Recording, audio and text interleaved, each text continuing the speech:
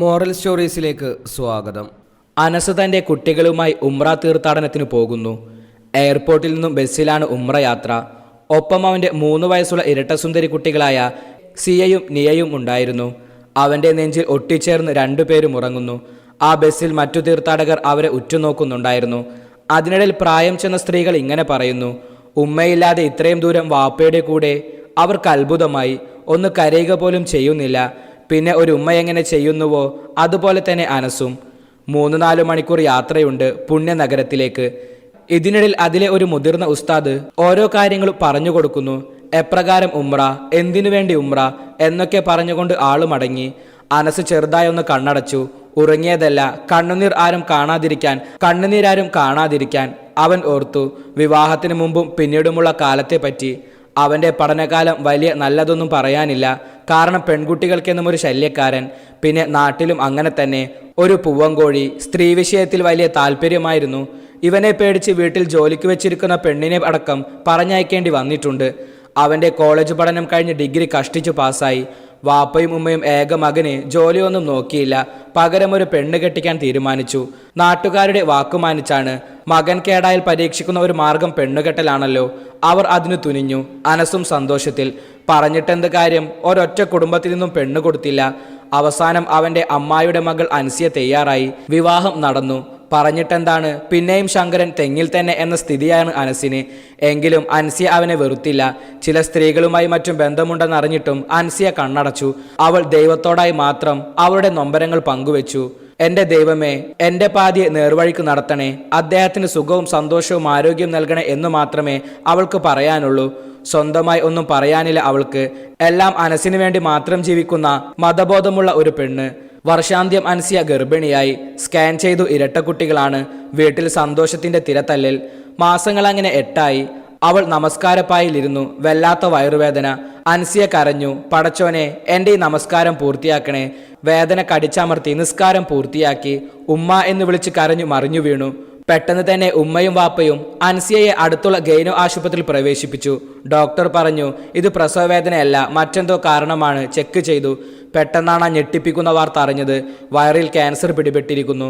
ഒന്നെങ്കിൽ കുട്ടികളെ ഓപ്പറേഷൻ ചെയ്ത് പുറത്തെടുക്കണം, ഇല്ലെങ്കിൽ കുട്ടിക്കും അമ്മയ്ക്കും ആപത്താണ്. അദ്ദേഹം നിർജീവിയെപ്പോലെ എന്നും പറഞ്ഞ് മൂളിക്കേട്ടു. ഇനി ഓപ്പറേഷൻ നടത്തണമെങ്കിൽ ഭർത്താവിൻ്റെ സമ്മതപത്രം വേണം. വാപ്പ അനസിനെ വിളിച്ചു. ഇന്നേരം മനസ്സു ഫ്രണ്ട്സും ബാംഗ്ലൂരിൽ ടൂറിന് പോകുന്ന തിരക്കിലാണ്. വാപ്പ പറഞ്ഞു, നീ എത്രയും പെട്ടെന്ന് മെറീന ഹോസ്പിറ്റലിൽ വരിക. ഇത്രയും പറഞ്ഞ് ഫോൺ കട്ട് ചെയ്തു. എന്തിനാളിയാ ഹോസ്പിറ്റലിൽ?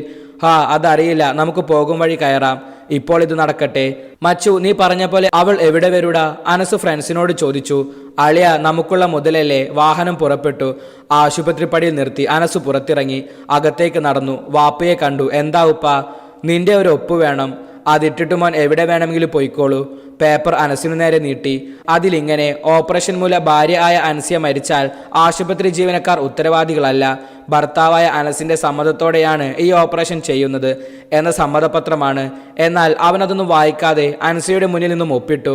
ഡോക്ടർ അവനെ നോക്കി. മുഖത്തൊരു ദുഃഖവുമില്ല. പോകും നേരം അൻസിയ അവൻ്റെ കൈ പിടിച്ചു ഒരു മുത്തം കൊടുത്തു. വാപ്പയും ഉമ്മയും കരയുന്നുണ്ടായിരുന്നു. അനസ് ഇതൊന്നും മൈൻഡ് ചെയ്യാതെ നേരെ വണ്ടിയിലേക്ക് പോയി. ഫ്രണ്ട്സ്, എന്താണ് അളിയ പ്രോബ്ലം? അതോ, ഒരു ഒപ്പിടാൻ വേണ്ടിയാണ് വിളിച്ചത്. വാഹനം നീങ്ങി. അവരെല്ലാം ഫോണിൽ നിന്ന് സിമ്മെല്ലാം മാറ്റി.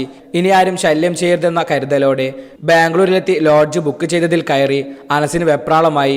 പെണ്ണു വന്നിട്ടില്ല. ഇതിനിടയിൽ ഒരാൾ വന്ന് പറഞ്ഞു, സാർ, നിങ്ങൾ പറഞ്ഞ പെണ്ണില്ല, പകരം 18 വയസ്സുള്ള ഫ്രഷ് ഐറ്റമുണ്ട്, പൈസ കുറച്ചു കൂടും. അനസ് ഹാപ്പിയായി.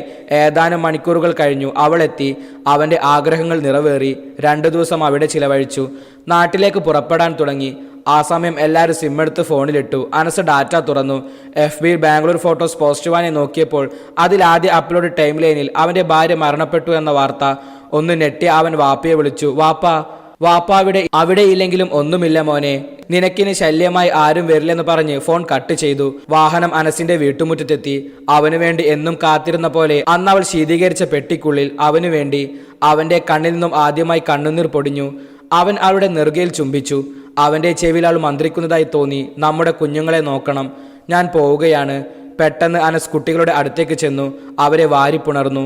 മക്കളെ, നിങ്ങളുടെ പൊന്നുമയെ സ്നേഹിക്കാത്ത നിങ്ങളുടെ വാപ്പയാണ് എന്നും പറഞ്ഞ് അലമുറയിട്ട് കരഞ്ഞു. സത്യത്തിൽ കണ്ടുനിന്നവരും കരഞ്ഞുപോയി. അനസിന്റെ മനസ്സിൽ കുറ്റബോധം നിഴലിച്ചു. കണ്ണ് നിറഞ്ഞു. പെട്ടെന്ന് ഉസ്താദിന്റെ ശബ്ദം കേട്ടുണർന്നു കുട്ടികളും മനസ്സും.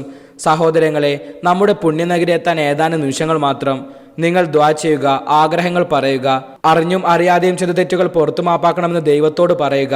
അനസിന്റെ മനസ്സിൽ ഒന്നു മാത്രം, എൻ്റെ അൻസിയെ പോലെ നല്ല ദീനീബോധമുള്ളവരായി എൻ്റെ മക്കളെയും വളർത്തണം. അവർക്ക് ഉമ്മയും ഉപ്പയുമായിട്ട് എന്നും അവർക്കരികിൽ ഉണ്ടാകും. ഇനി എൻ്റെ അൻസിയുടെ ഓർമ്മകൾ മാത്രം മതി എനിക്ക് തുണയായിട്ട്.